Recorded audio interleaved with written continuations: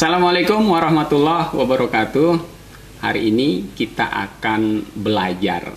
Belajar tentu tidak berhenti ketika kita sudah dikatakan sukses, misalnya sudah mencapai sebuah gelar tertentu, kemudian kita tidak ingin lagi untuk belajar dan terus. Proses yang kita jalani tentu berbagai macam jalannya, tapi tujuannya pada akhirnya tentu kebermanfaatan yang paling besar di tengah masyarakat kita. Seseorang dikatakan sukses tentu tidak kita lihat hanya posisinya saat ini. Misalnya nih, ada seseorang yang menjadi presiden tanpa kita ketahui seperti apa dia sebelumnya. Tidak adil rasanya kita ingin melihat kesuksesan orang ketika dia duduk pada saat ini. Nah, hari ini saya kedatangan tamu spesial. Ini sudah cukup lama sebenarnya saya ingin ngobrol dengan beliau, tapi karena kesibukan beliau pada akhirnya pada hari ini kita ada kesempatan. Terakhir saya ketemu sekitar tahun 2009 dulu ya. Saya baru menikah, saya ketemu beliau, dan saat itu pun saya tahu proses ketika membangun sebuah kampus. Beliau menitip, bisa saya katakan seperti itu, menitip kelasnya di sebuah sekolah. Nah, ini kita ingin belajar seperti apa perjuangan, seperti apa berdarah-darahnya beliau ketika membangun. Katanya sih dulu ya masih single. Nah, tapi ketika dia sudah double nih, sudah ketemu pasangan, melejitlah semua usaha-usaha itu dibantu dengan doa dan segala macam oleh orang yang paling dicintai sehingga sukses seperti saat ini. Assalamualaikum Pak Direktur, Pak Dokter. Waalaikumsalam warahmatullahi wabarakatuh. Ibu Ayu, gimana kabar? Alhamdulillah sehat. Jadi saya ucapkan selamat kepada Pak Dr. Samsuriansah, MKes, ya, atas capaian.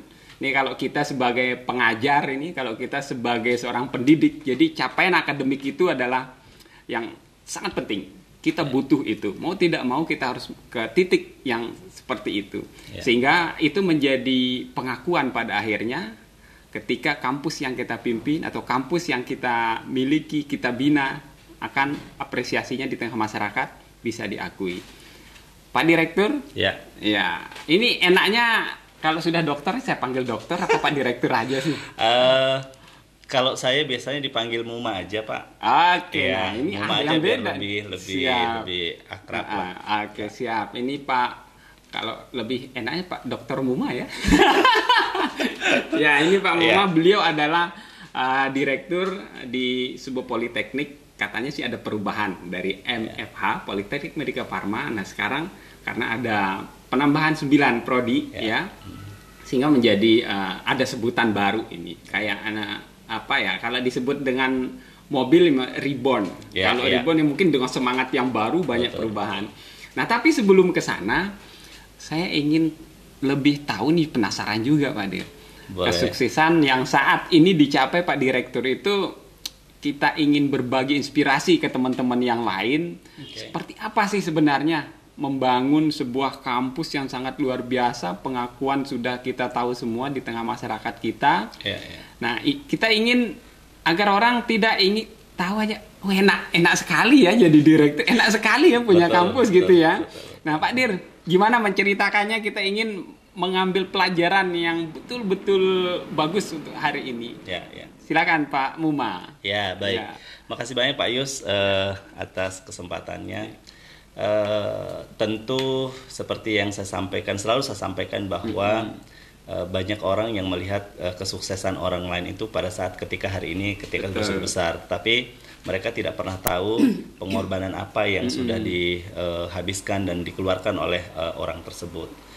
Saya mungkin mengawalinya dari pada saat single ya, 2004 ya, setelah 2004 lulus single ya. Single. Terus bekerja di sebuah lembaga non formal education di cabang dari Jogja, yaitu BPTK Jogja Bakti Usaha Mataram.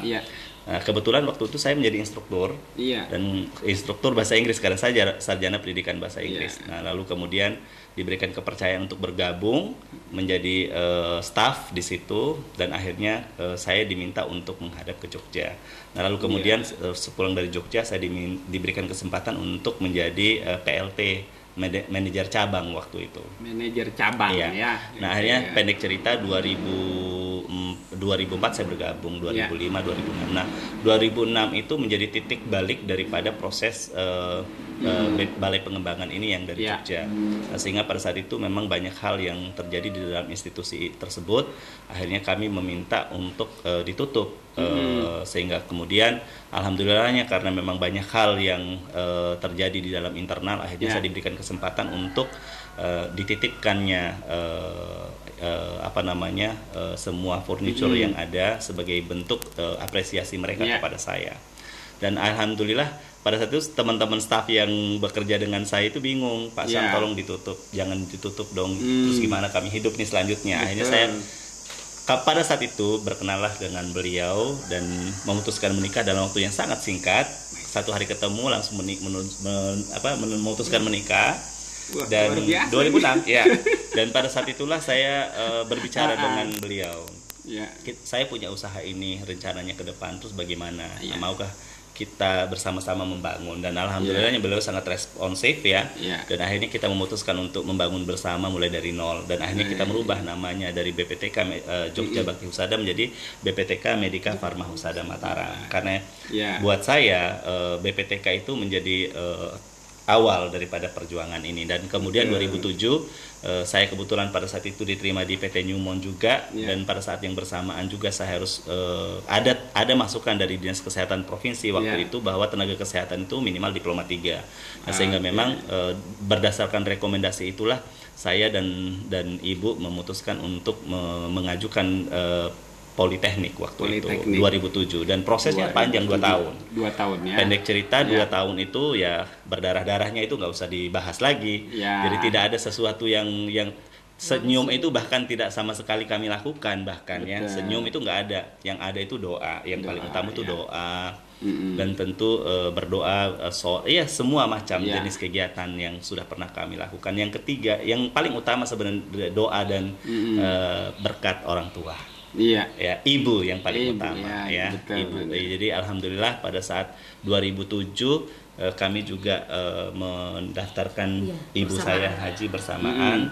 Pada saat itu juga saya lagi S2 juga. Semuanya semua komplit jadi satu. Dan alhamdulillah karena kami yakin bahwa ketika kita membahagiakan ibu, maka insya Allah semuanya akan berjalan dengan baik. Menarik Pak Muma, sebut Pak Muma ini lebih enak kayaknya.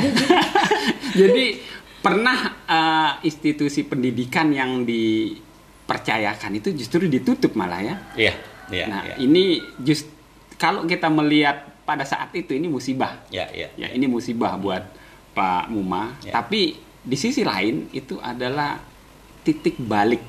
Titik balik karena di situ ada warisan kan, warisan selain yang lain itu ada warisan karyawan. Ini gimana biar bisa tetap menyambung. Nah, ini menarik sekali. Terus kemudian ketemu Ibu. Bu Ayu ini ya. Dan sangat singkat. Ini sangat luar biasa, jadi memutuskan ini hal-hal yang jauh ke depan sebenarnya itu bisa segera dilakukan, dan ini merupakan kekuatan yang sangat penting buat seseorang memutuskan sesuatu dalam tempo sesingkat-singkatnya tapi manfaatnya sangat luar biasa. Betul. Ya, berikutnya mungkin kita kenalan dulu sama Bu Ayu. Gimana sih dulu kenal Pak Muma, Pak Dr. Samsuriansah ini seperti apa dulu mengenal beliau? Karena saat single ini sudah memimpin sebuah lembaga pendidikan gitu. Betul. Bu Ayu, bisa diceritakan seperti apa dulu Pak Muma ini? Pendek ceritanya sih, karena memang pendek. Pada saat awal kita kenal itu, saya dikasih kenal sama abang. Kebetulan sama-sama dari Makassar. Terus dikasih kenal. Ya udah jalan gitu aja. Kami pun pacaran itu setelah kawin. Setelah nikah. Setelah nikah. Kami kenal itu hari Jumat dan ketemu pun hari Jumat, keduanya langsung saya dilamar. Luar biasa. Saya hanya meyakinkan diri bahwa saya perempuan baik-baik dan insya Allah akan dipertemukan dengan laki-laki baik. Itu aja. Setuju poinnya, Bu. Luar biasa. Nah, ini modal keyakinan ya. Ini modal keyakinan, dan tentu Pak Muma tadi sudah poin penting itu adalah doa. Doa dari orang tua atau ibu ya. Nah ini adalah bagian dari yang tentu tidak bisa terpisahkan. Nah Pak Dr. Samsuriansah, di balik ini semua apa kira-kira pelajaran atau hikmah, artinya dari perjalanan yang tadinya bisa kita katakan musibah nih, saya dapat musibah, lembaga pendidikan saya ditutup, saya mendapat beban SDM. Ya SDM yang luar biasa, ini nggak boleh putus gitu, karena kita juga ingin menyambung kehidupan, ada orang di sana gitu. Nah apa yang bisa kita ambil Pak Muma kalau di sini? Satu hal yang memang saya selalu simpan dalam moto hidup saya, bahwa keberhasilan atau kesuksesan itu ketika kita mampu melihat orang lain itu tersenyum. Jadi ketika teman-teman saya itu akhirnya setelah bersama dengan saya tersenyum dan akhirnya bisa berbahagia, karena kan mereka juga punya anak istri yang harus dia diberi makan ya. Dan pada saat itu ketika saya memutuskan oke, kita akan lanjutkan, dengan melihat mereka tersenyum aja itu saya merasa bahagia. Walaupun pada saat itu buat saya sukses belum ada sama sekali, tapi paling tidak membuat saya bahagia. Nah, sehingga itulah yang membuat saya bekerja keras terus untuk terus kemudian bisa mengantarkan teman-teman itu ke tangga kesuksesan masing-masing. Sangat luar biasa. Jadi hari ini kita belajar bagaimana ini nilai sebuah senyum. Walaupun musim corona ya senyum itu memang sedikit nilainya saat ini. Sedekah kita jadi berkurang nih gara-gara masker. Tapi di saat itu Pak Muma ini konsepnya sederhana. Bagaimana membuat orang-orang sekitarnya itu tetap tersenyum.